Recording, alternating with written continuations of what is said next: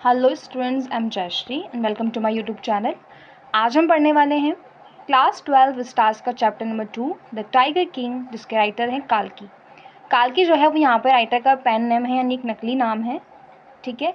जो कि pen name ऐसा होता है कि कुछ राइटर्स जो है अपने आइडेंटिटी को छिपाए रखने के लिए किसी और वजह से वो रियल नेम जो है डिस्क्लोज नहीं करते हैं, और यहाँ पर भी इससे ऐसा ही कुछ हुआ है। अब ये जो स्टोरी है ये एक्चुअली में ब्रिटिश ऑफिसर्स जब हुआ करते थे हमारे इंडिया में, तो उसी वक्त दौरान की ये स्टोरी है। और उस दौरान जो राजा महाराजा हैं वो काफ़ी ज़्यादा स्टबर्न यानी ज़िद्दी हुआ करते थे, काफ़ी घमंड उनमें होता था। तो ऐसा ही कुछ जो है थीम को लेकर के ये स्टोरी लिखी गई है। तो चलिए आगे बढ़ते हैं, क्योंकि इस चैप्टर के 5 पार्ट्स हैं, तो हो सकता है हम इस वीडियो को 2 भागों में कवर करें। फिलहाल आगे बढ़ते हैं और देखते हैं क्या होता है।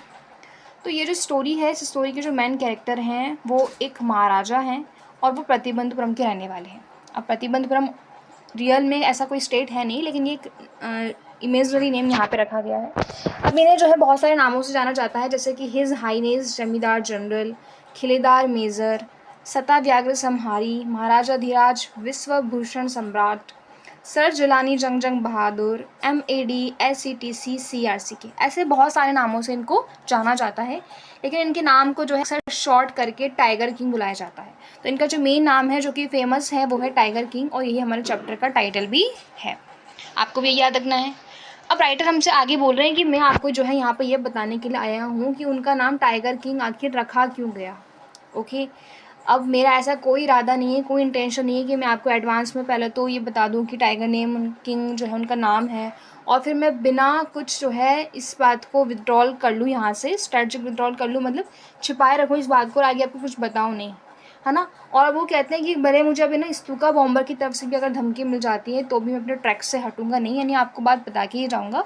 स्तूका बॉम्बर क्या है? ये एक एयरक्राफ्ट है जो ब्रिटिशर्स के ज़माने में चलता था, और वो यही कह रहे हैं कि वो बॉम्बर अगर बॉम्ब भी गिरा देगा ना मेरे ऊपर, तो भी जो है मैं आपको पहले बात बता के ही रहूँगा, ठीक है। और अगर स्तूका खुद चाहे तो वो जो है यहाँ से हैस्टी रिट्रीट ले सकता है, यानी कि तेज़ी से जल्दी से यहाँ से खुद चला जा सकता है, लेकिन जो है मैं नहीं रुकने वाला हूँ।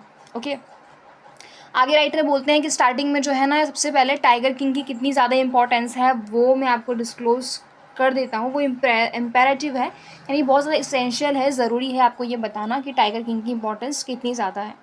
हर कोई जो भी जो है टाइगर किंग के बारे में पढ़ेगा वो एक्सपीरियंस करना चाहेगा, मिलना चाहेगा, एक नेचुरल डिज़ायर उसके अंदर होगी, क्योंकि उनके अंदर करेज ही इतना ज़्यादा इंडोमिटेबल था। इंडोमिटेबल मतलब कि अदम्य साहस था, ठीक है, ऐसा साहस जिसे आप दबा नहीं सकते। तो बहुत ही ज़्यादा करेजियस थे हमारे टाइगर किंग, तो हर कोई जो है उनसे फेस टू फेस मिलना चाहेगा। लेकिन राइटर ने कहा कि ऐसा फुलफिलमेंट का ऐसी जो है कोई चांस नहीं है कि आपकी विश फुलफिल हो पाए, क्योंकि वो जो है अब उनकी डेथ हो चुकी है ना। ये आगे वो बताएंगे भी सही। अब जैसा कि भरत ने राम से कहा था, रामायण आपने अगर सुनी होगी, पढ़ी होगी, तो भरत ने राम से कहा था दशरथ जी के बारे में कि आप दशरथ जी से नहीं मिल सकते क्योंकि उनकी डेथ हो चुकी है। तो वैसे ही टाइगर किंग जो है वो भी अपने फाइनल अबोर्ड ऑफ लिविंग में पहुंच चुके हैं। Abode of all living creatures का मतलब है जहाँ पे सारे लिविंग क्रिएचर्स मरने के बाद जहाँ जाते हैं, जो उनकी रियल रहने का स्थान है। अबोर्ड मतलब होता है लिविंग प्लेस, ठीक है। तो हर इंसान जो है मरने के बाद कहाँ चला जाता है ना, वहीं जो है टाइगर किंग भी जा चुके हैं, यानी कि कहने का मतलब उनकी डेथ हो चुकी है। अब उनकी मरने का जो तरीका है टाइगर किंग का वो बहुत ही एक्स्ट्राऑर्डिनरी इंटरेस्ट वाला है, बहुत ही असाधारण जो है रुचि, आपको बहुत ही ज़्यादा एक्साइटेड आप हो जाएंगे, इंटरेस्ट आपको आएगा ये जानने में। लेकिन इसको जो है राइटर ने कहा कि रिवील हम जब ही कर सकते हैं जब कहानी का टेल यानी कि स्टोरी का, कहानी का एंड होगा। ओके, क्योंकि अभी बता देंगे तो पूरी स्टोरी का जो है मज़ा ही ख़त्म हो जाएगा। अब इनके डिमाइस का जो सबसे ज़्यादा फैंटास्टिक एस्पेक्ट है वो ये है कि जब वो पैदा हुए थे तभी एस्ट्रोलॉजर्स ने, जो कि एस्ट्रोलॉजर्स आप जानते होंगे, उन्होंने ज्योतिषी जो लोग होते हैं उन्होंने ये भविष्यवाणी कर दी थी, फोरटोल्ड मतलब भविष्यवाणी कर दी थी कि एक दिन जो है टाइगर किंग जो है उन्हें मरना पड़ेगा। अब ये कोई बड़ी बात तो उन्होंने नहीं कही कि उन्हें मरना पड़ेगा, क्योंकि जब भी जिसका भी बर्थ होता है उसे एक न एक दिन तो मरना ही होता है। अब आगे उन्होंने जो कहा वो एक्चुअली में बात है कि उन्होंने भविष्यवाणी की, अनाउंसमेंट किया पहले तो कि जो बच्चा है ये वॉरियर ऑफ वॉरियर बनेगा, मतलब कि योद्धाओं का भी योद्धा, हीरोज़ में भी हीरोज़ होगा, चैम्पियंस का भी चैम्पियंस ये बनेगा। लेकिन और ऐसा कह कर के वो जो एस्ट्रोलॉजर हैं वो रुक जाते हैं, क्योंकि वो बात आगे जो कहने वाले हैं वो इतनी ज़्यादा हम कह सकते हैं डरावनी टाइप की है, या बहुत ज़्यादा शॉक्ड कर देने वाली है सभी लोगों को, तो वो अपने लिप्स को जो है बाइट करना शुरू कर देते हैं और आगे जो है वो कह नहीं पाते।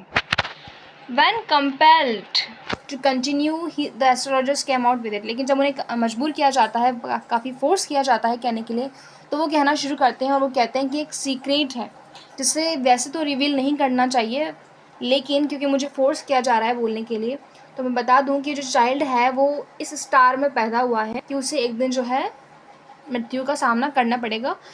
इस स्टार का मतलब जैसे हम कहते हैं ना, इस नक्षत्र में पैदा हुआ है, इस समय पैदा हुआ है, तो उसको जो है मरना पड़ेगा। अब उसी मोमेंट में क्या होता है कि एक बहुत बड़ा मिरेकल होता है। मिरेकल मतलब चमत्कार होता है, और वो क्या होता है कि एक बहुत ही सरप्राइजिंग सी फ्रेज़, मतलब बहुत ही सरप्राइजिंग सा एक छोटा सा सेंटेंस कहीं से जो है सुनाई देने को मिलता है, और वो है 10 डे ओल्ड जिलानी जंग बहादुर।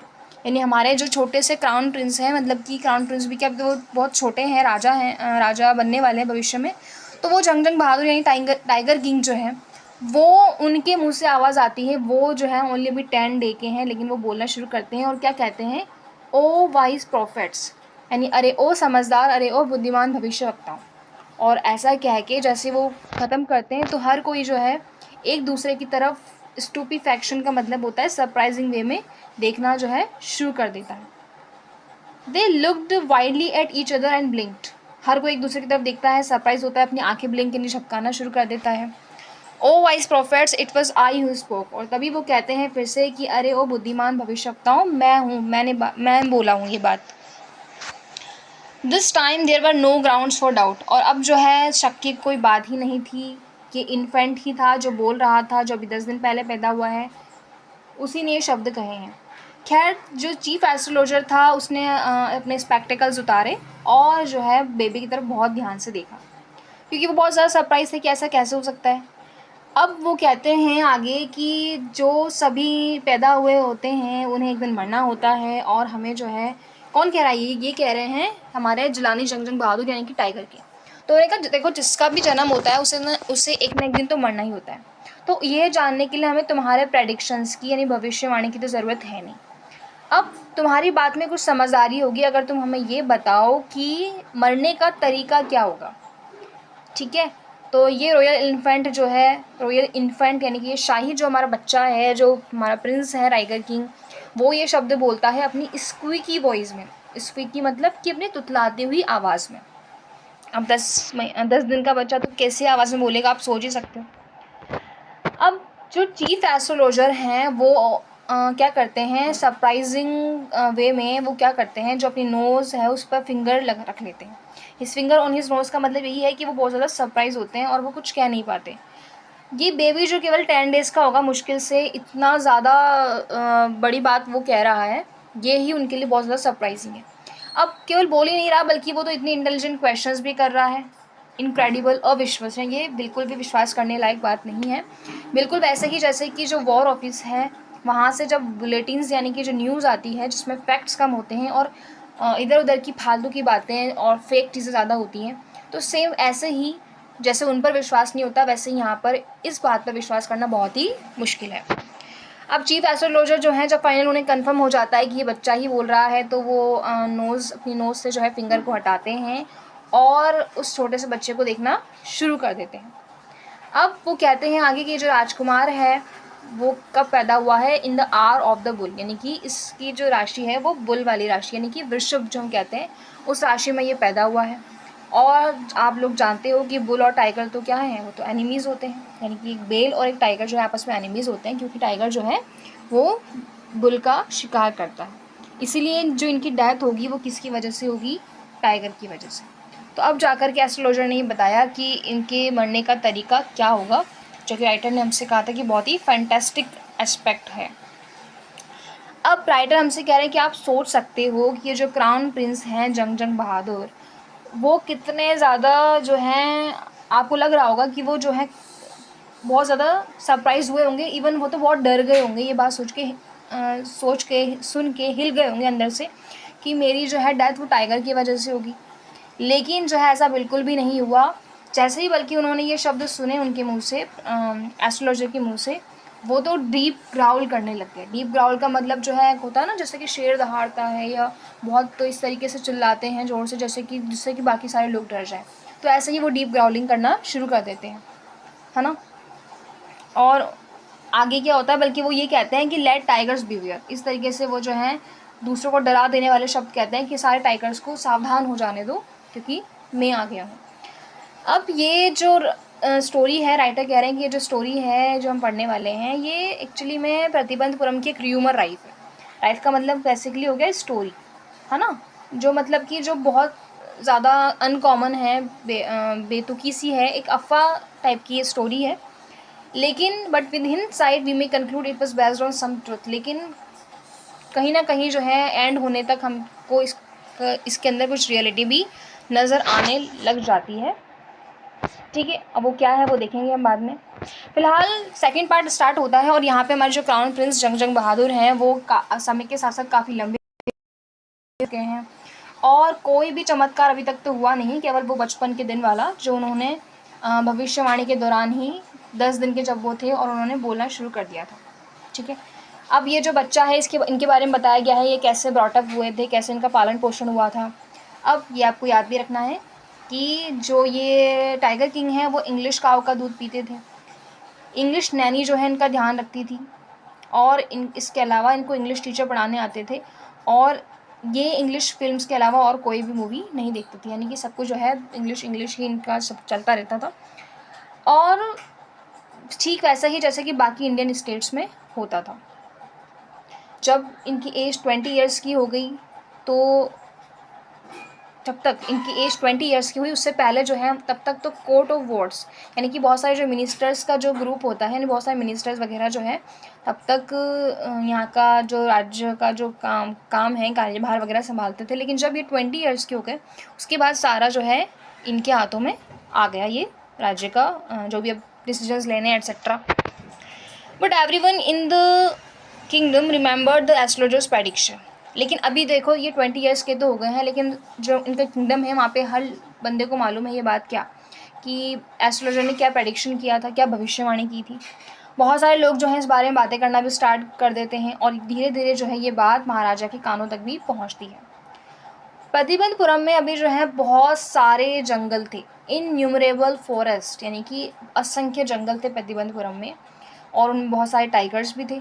महाराजा भी जानते थे कि एक ओल्ड कहावत है, एक पुरानी कहावत के बारे में महाराजा जानते थे कि you may kill even a cow in self defence, यानी कि अगर आपको आत्मरक्षा के लिए किसी काऊ को भी मारना पड़े तो आप मार सकते हो, उसमें कोई गुनाह नहीं है। ऐसी कहावत के बारे में जो है टाइगर किंग जानते थे, है ना। तो यही सोच करके उन्होंने कहा कि इस तरीके से किसी को भी कोई ऑब्जेक्शन नहीं होगा अगर मैं टाइगर्स को मारूं सेल्फ डिफेंस में। और महाराजा जो है इस तरीके से टाइगर हंट पे निकल गए। महाराजा जो है बहुत ज़्यादा खुश हो गए, उनकी खुशी का कोई ठिकाना नहीं था, बियॉन्ड मेजर, मतलब उनकी खुशी का कोई ठिकाना नहीं था जब उन्होंने अपना फर्स्ट टाइगर मारा। और अपना फर्स्ट टाइगर मारने के बाद में उन्होंने स्टेट के जो एस्ट्रोलॉजर हैं उन्हें बुलाया और उन्होंने उस डेड बीस्ट को मतलब जानवर को, यानी टाइगर को शो करते हुए उन्होंने बताया कि देखो आपने तो कहा था कि टाइगर की वजह से ही मेरी डेथ होगी और देखो मैंने तो टाइगर को मार दिया। और उन्होंने कहा कि अब आप क्या कहोगे, देखो मैंने तो टाइगर को मार दिया। तभी एस्ट्रोलॉजर ने कहा कि योर मैजेस्टी, यानी महाराज, आप जो है 99 टाइगर्स को इसी तरीके से मार सकते हो, लेकिन, और ऐसा कह के वो जो है ड्रॉल्ड, यानी कि रुक गया। But what speak without fear, लेकिन महाराजा ने भी कहा, टाइगर किंग ने भी कहा कि लेकिन क्या, बिना डर के बोलो, आखिर क्या बात है। उन्होंने कहा कि you must be very careful with 100 tiger, जो 100वें नंबर का जो टाइगर है आपको उससे बहुत ज़्यादा सावधान रहना पड़ेगा। टाइगर किंग कहते हैं कि क्यों, ऐसा क्यों है, अगर मैं 100 नंबर के टाइगर को भी मार दूं तो तब क्या होगा। तब जो है एस्ट्रोलॉजर ने कहा कि अगर ऐसा हो गया, अगर आप 100 नंबर के टाइगर को मारने में सफल हो गए तो मैं जो है मेरी एस्ट्रोलॉजी की जितनी भी बुक्स हैं उनको फाड़ दूंगा और उनमें आग लगा दूंगा। एंड ऐसा कह के वो 2 मिनट के लिए रुकते हैं और फिर आगे कहते हैं, I shall cut off my tuft, crop my hair short and become an insurance agent. The astrologer finished on an incoherent note. तो जो है काफ़ी जो है उनकी जो है वॉइस कांपती हुई होती है, काफ़ी डरते हुए वो कहते हैं कि आगे मैं जो है ना क्या करूँगा, अपनी टफ्ट, अब अपने जो है ब्राह्मणों की या कुछ लोगों की आपने देखी होगी, वो छोटी सी चोटी बना के रखते हैं पंडित जी वगैरह लोग। तो ऐसे ही यहाँ पे ये भी जो एस्ट्रोलॉजर है उनकी छोटी सी चोटी थी, तो उन्होंने कहा कि मैं उससे भी कटवा लूँगा, मैं अपने बाल छोटे करवा लूँगा, इवन जो है मैं इंश्योरेंस एजेंट बन जाऊँगा। और उस दिन के बाद से जितने भी टाइगर्स हैं प्रतिबंधपुरम में रहने वाले, उन सब के लिए सेलिब्रेशन का टाइम था। यानी कि एक हास्यास्पद रूप में कहा गया है कि जो है ये सारे टाइगर्स अब टाइगर किंग के हाथों मरने वाले थे, तो उनके लिए एक सेलिब्रेशन का टाइम था। अब स्टेट में जो है क्या हुआ कि स्टेट में क्योंकि टाइगर किंग को सारे टाइगर्स मारने थे, तो टाइगर हंटिंग जो है बैन कर दी गई। महाराजा के अलावा कोई भी टाइगर हंट नहीं कर सकता। एक प्रोक्लेमेशन यानी कि एक अनाउंसमेंट भी कर दिया गया ऑलरेडी आगे से ही कि जो भी किसी ने भी अगर कोशिश की टाइगर पर एक पत्थर भी फेंकने की अगर कोशिश की टाइगर किंग के अलावा, तो जो है उसका पूरा पैसा, पूरी प्रॉपर्टी जो है कॉन्फिस्केटेड मतलब कि जब्त कर ली जाएगी। महाराजा ने वोट कर लिया, यानी कसम खा ली उन्होंने भी कि वो जो है अब सारे मैटर जो है सारी चीज़ें जो है बाद में ही अटेंड करेंगे। कब? केवल जब वो 100 टाइगर्स को मार लेंगे उसके बाद में। और इनिशियली जो है स्टार्टिंग में राजा ने अपनी एम्बिशन को पूरा करने के लिए पूरा डिसीजन बना लिया था।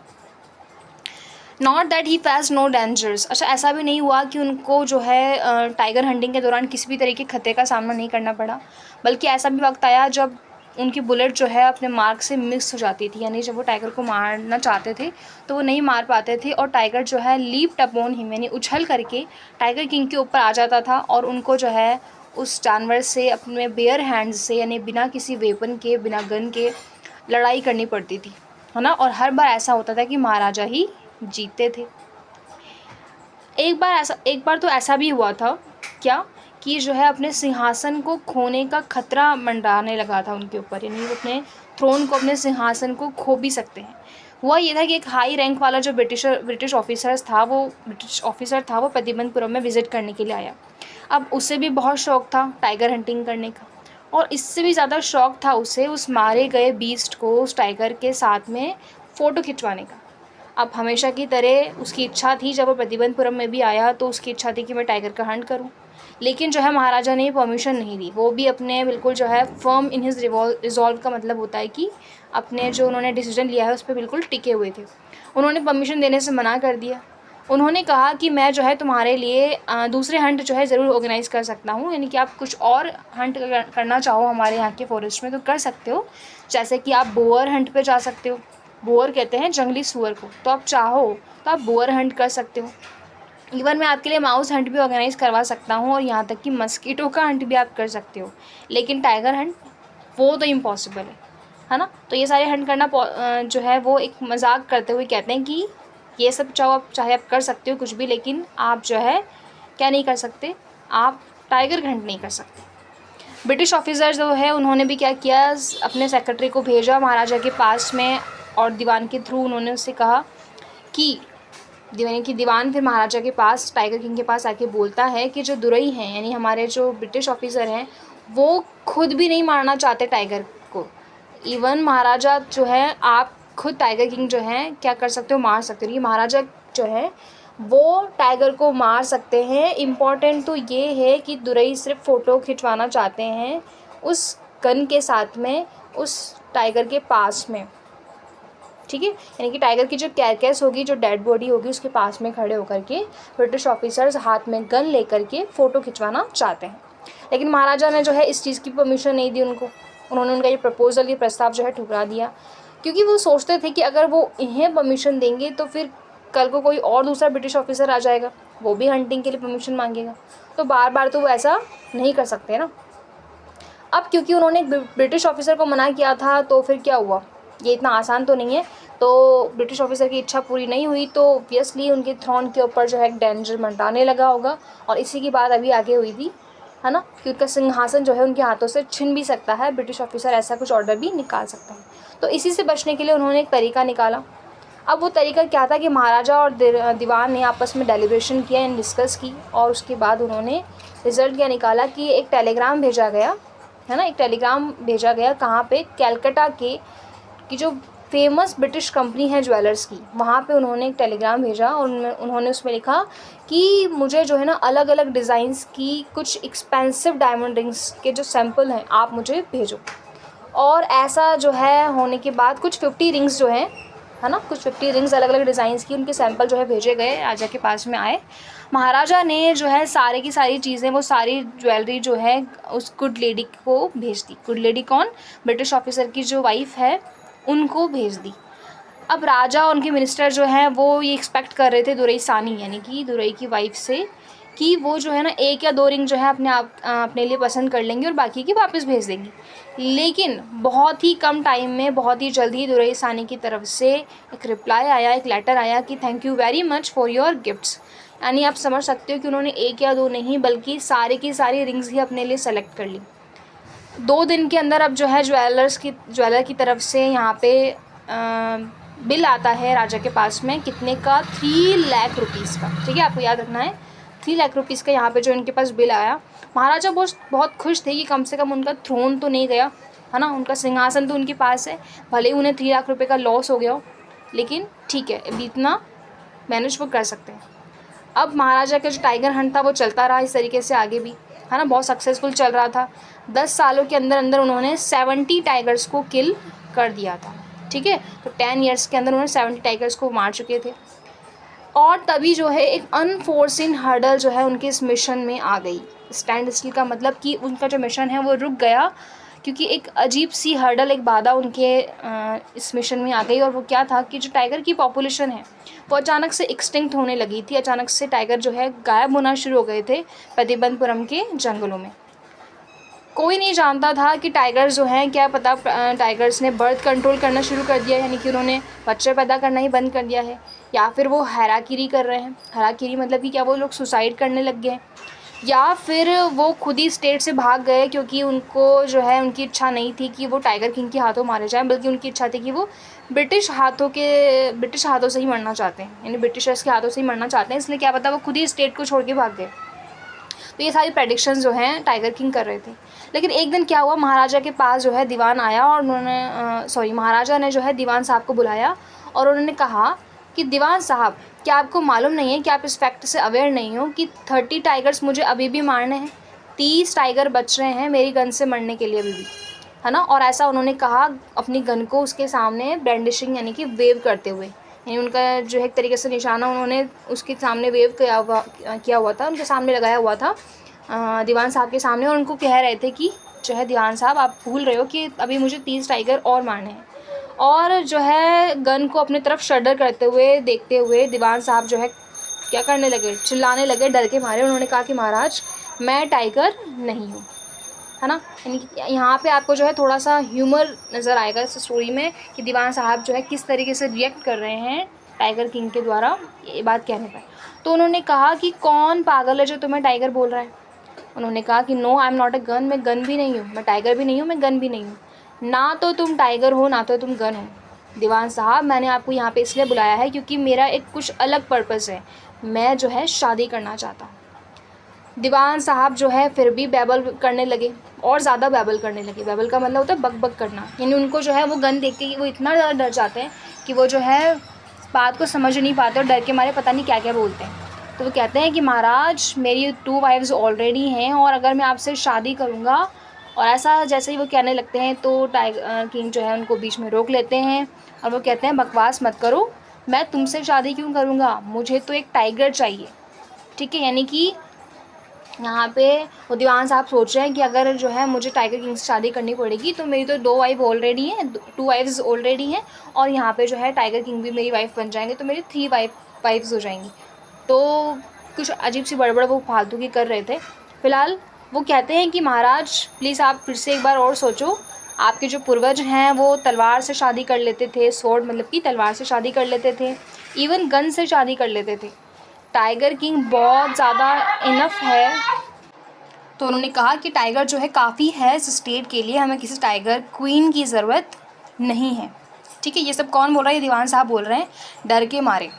ओके, अभी राजा जवाब देते हैं कि महाराजा जो है उनको इस बात में बहुत ज़्यादा हंसी आई। ओके, और उन्होंने कहा कि देखो, मैं तुमसे शादी करने के बारे में नहीं सोच रहा हूँ, ना तो मैं टाइगर से शादी करने के बारे में सोच रहा हूँ, ना गन से शादी करने के बारे में सोच रहा हूँ, बल्कि मैं तो ह्यूमन बींग्स में की जो रैंक वाली गर्ल है, यानी इंसान, एक इंसान से शादी करने के बारे में सोच रहा हूँ, वो भी गर्ल से।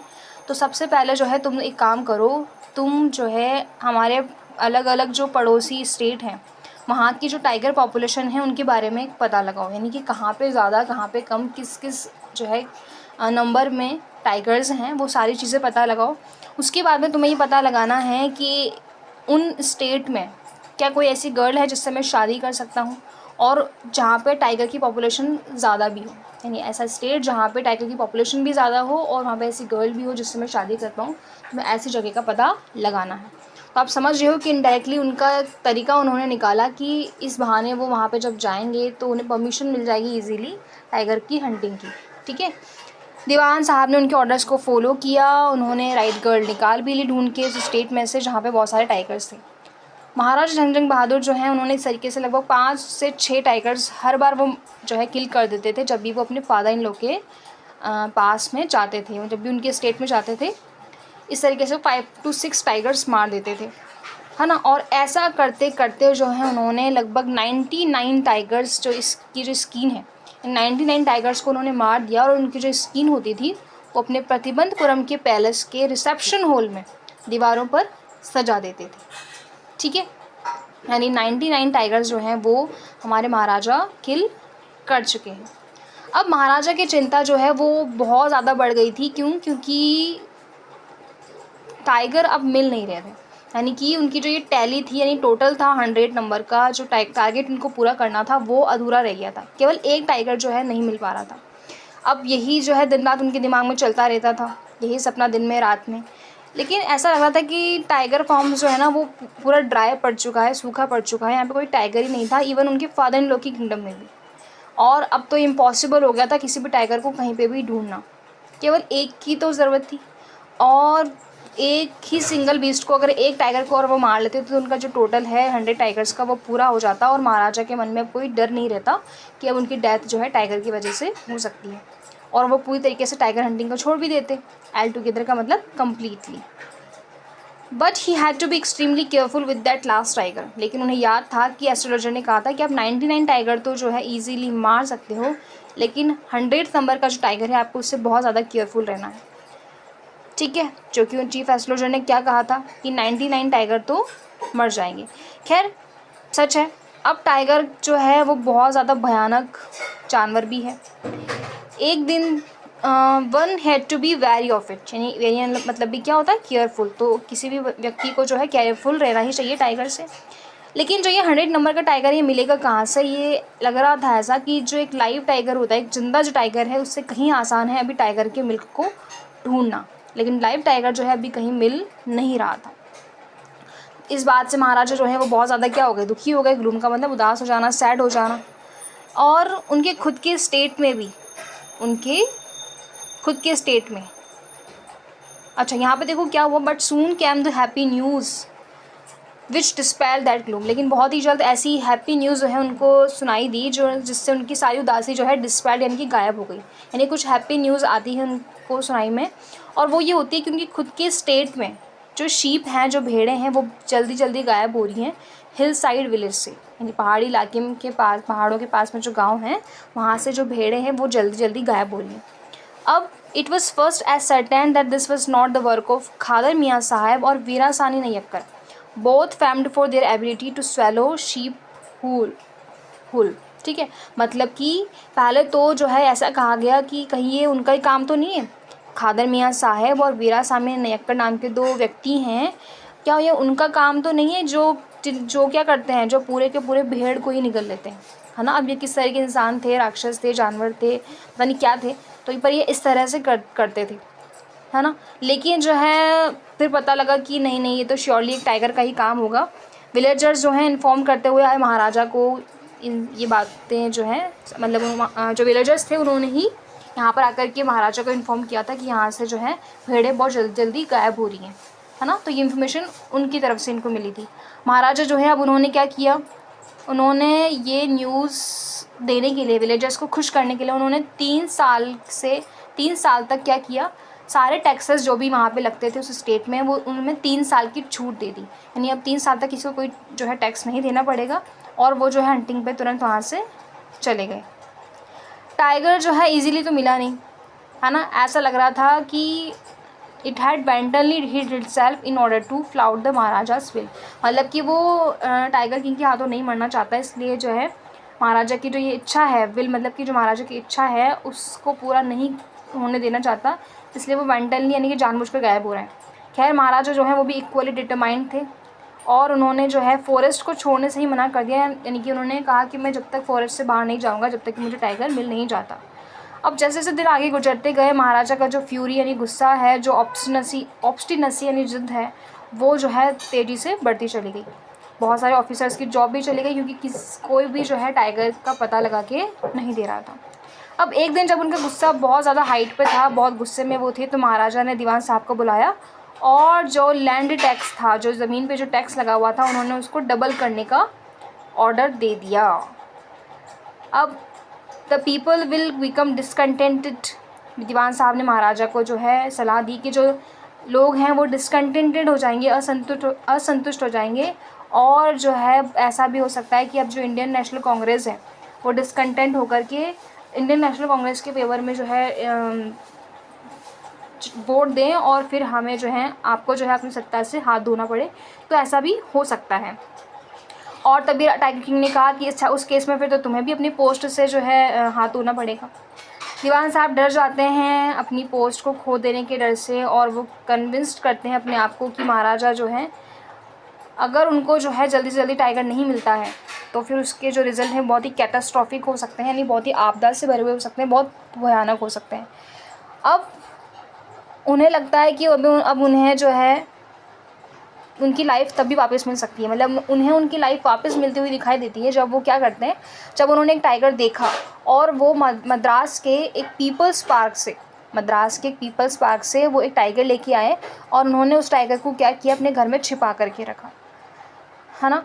अब आधी रात में एट मिडनाइट, आधी रात में उन्होंने क्या किया, जब सब लोग सोए हुए थे टाउन में, सब जो है सो गए थे, तभी दीवान साहब और उनकी जो एज्ड वाइफ है वो टाइगर को खींच करके लेकर आए, कार में उन्होंने रखा और जो है सीट पर बिठा दिया। अब दीवान साहब खुद जो है कार ड्राइव करके लेके गए उसको जंगल में, और जहाँ पे महाराजा जो है शिकार कर रहे थे। कहने का मतलब यहाँ पे दीवान साहब ये प्लान कर रहे हैं कि फॉरेस्ट में उनको एक टाइगर मिले और वो उसका शिकार करें और इस तरीके से उनका टारगेट पूरा हो जाए, इसलिए वो जो है बाहर से टाइगर ला करके और फॉरेस्ट में रखना चाह रहे हैं। लेकिन जैसे ही वो फॉरेस्ट में पहुँचे, उसको लेकर जाते हैं टाइगर को, तो ऐसा लग रहा था कि टाइगर जो है उसने सत्याग्रह कर लिया है और उसने मना कर दिया कार से बाहर निकलने के लिए, यानी कि वो टाइगर जो है बाहर ही नहीं निकल रहा था। अब वो टाइगर उस टाइम शायद बेहोशी की हालत में था या पता नहीं, जो भी है, काफ़ी बूढ़ा हो गया था, इस वजह से वो शायद अनकॉन्शियस था, इसी वजह से वो उसको इतना ईजीली ट्रैक करके लेके जा रहे हैं।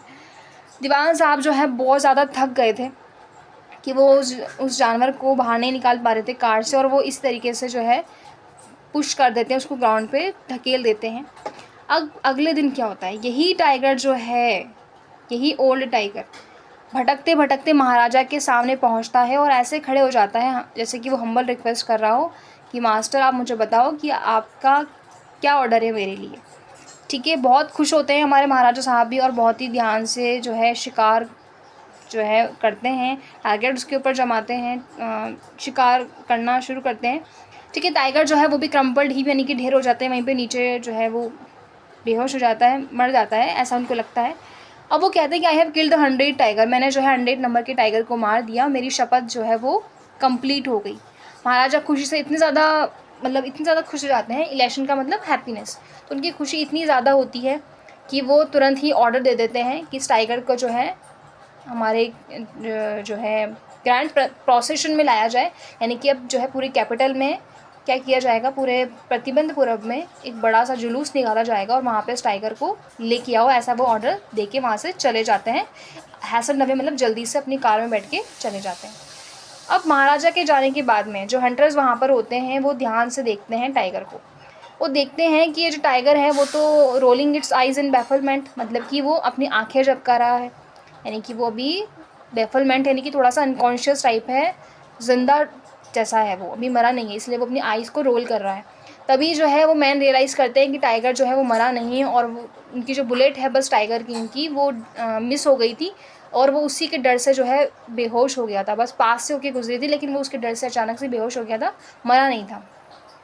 हंटर्स जो हैं वो क्या करते हैं, वो सोचते हैं कि अगर उन्होंने बताया कि टाइगर मरा नहीं है तो फिर वो क्या करेंगे, उनकी जो है जॉब लॉस हो सकती है, उनकी जॉब जा सकती है।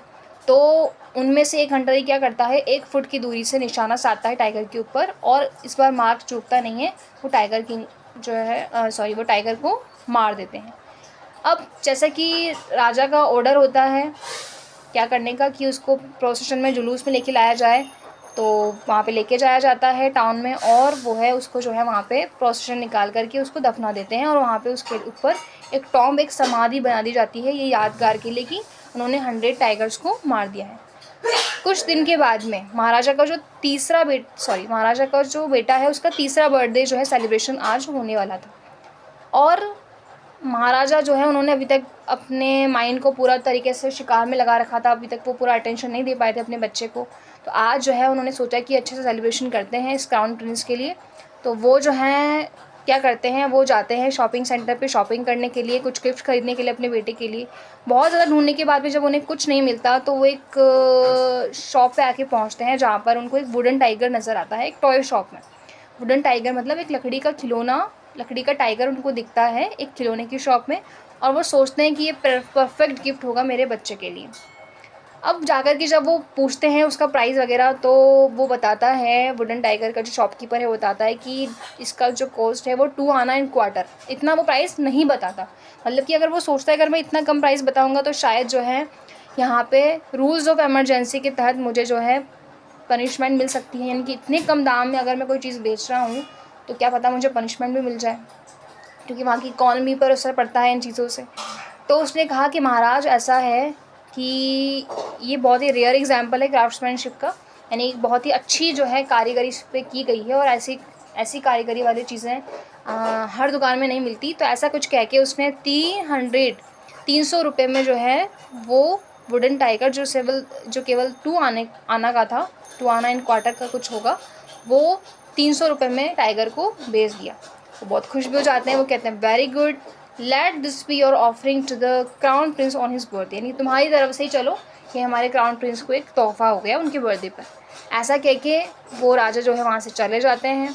उस दिन जो है फादर और सन बहुत खुशी खुशी बर्थडे सेलिब्रेट करते हैं, वुडन टाइगर के साथ में खेलते भी हैं।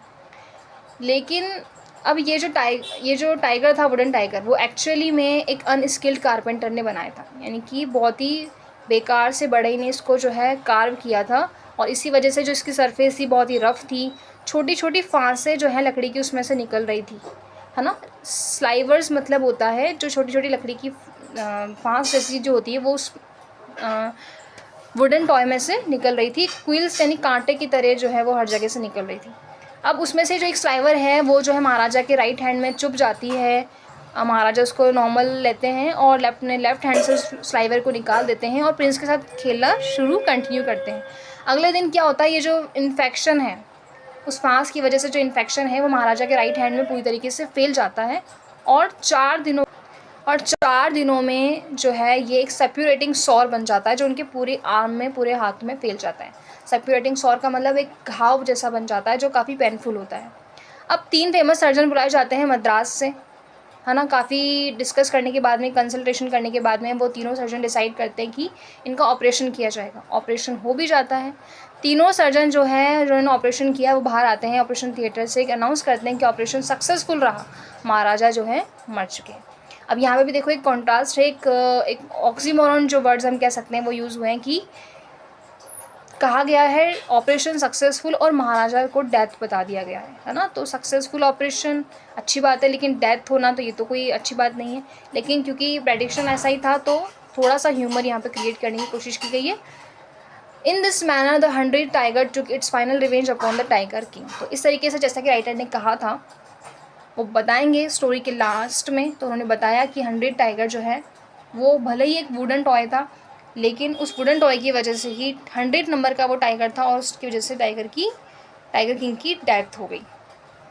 तो यहाँ पे आपने समझा कि आप एक बात ये भी समझ सकते हो कि जब कोई रियल मैसेज जैसे कि हम इस स्टोरी से देखना चाहें तो ये है कि यदि किसी व्यक्ति की डेथ होनी है, यदि कुछ गलत होना है, किसी व्यक्ति की डेथ होनी है, तो किसी भी वजह से हो सकती है। चाहे आप उसको प्रेडिक्शन आपको मिल जाता, कितनी भी जो है चीज़ें कर लो उस चीज़ से दूर होने के लिए, अपने आप को बचाने के लिए, बट जो होना होता है वो तो होके ही रहता है। और कुछ ऐसा ही हुआ हमारे टाइगर किंग के साथ में भी।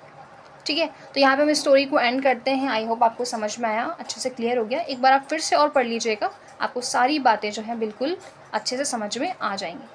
ठीक है, तब तक के लिए चैनल पे न्यू हैं तो इसे सब्सक्राइब करें, लाइक करें, शेयर करें, बेल आइकन पे क्लिक करें ताकि आपको डेली नोटिफिकेशंस मिलते रहें। ठीक है, तब तक के लिए thank you so much, bye bye, take care.